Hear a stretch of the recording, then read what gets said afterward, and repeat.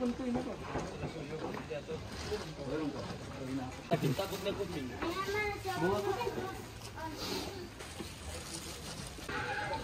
Assalamualaikum. Bismillah, Assalamualaikum warahmatullahi wabarakatuh. Hari ini 19 Ramadan bersamaan dengan 20 Mac, yang mana kami sekarang berada di Kampung Air, tepatnya di Blok D.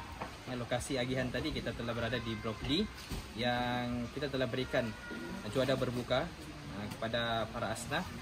Terus datang ke rumah-rumah untuk memberikan juada tersebut. Alhamdulillah, hari ini tajaan diberikan oleh Pertubuhan Amal Ummah Zuin Lahadatu, yang mana mereka telah bersama-sama dengan kami menjayakan usaha ini. Itu sahaja dari saya.